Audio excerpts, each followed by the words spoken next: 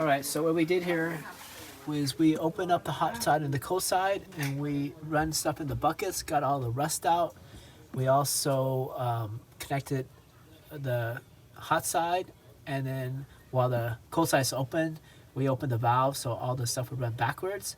And then we connected the hot side, and we opened the cold side, and we opened the hot water, and then everything from the hot water side ran on the cold side and pushed out more gunk, rust, and then so it's all cleared up. The only issue now is we have a slight leak on the cold water side. Hopefully I can tighten up things up and then it will stop the leak. But other than that, everything's functioning.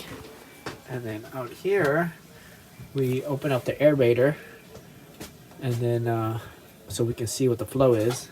So now the moment of truth, we're going to just open this on the hot side, and water should come out. So that's the hot side,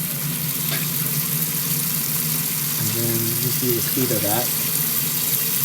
And there's no mesh right now. The mesh is sitting here. And then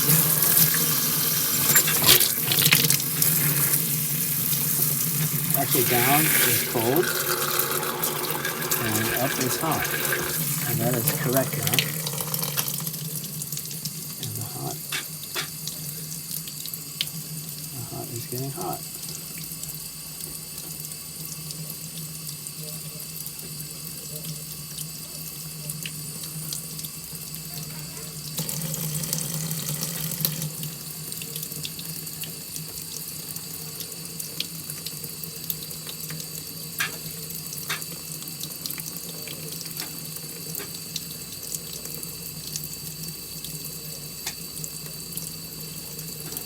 There might be some rust built up in here too. We may have to open this valve up and clear that up one day. So we definitely have much better hot water flow.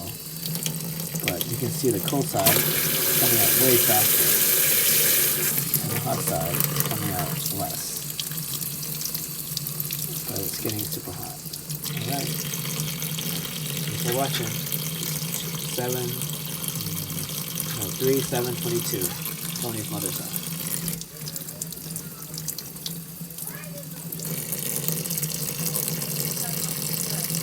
So how do I know it's hot? You can see the steam coming out. See the steam?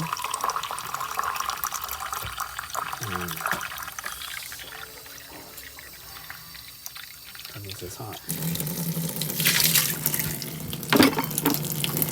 Alright. So you may have to do this like once a year, the rest goes up on that.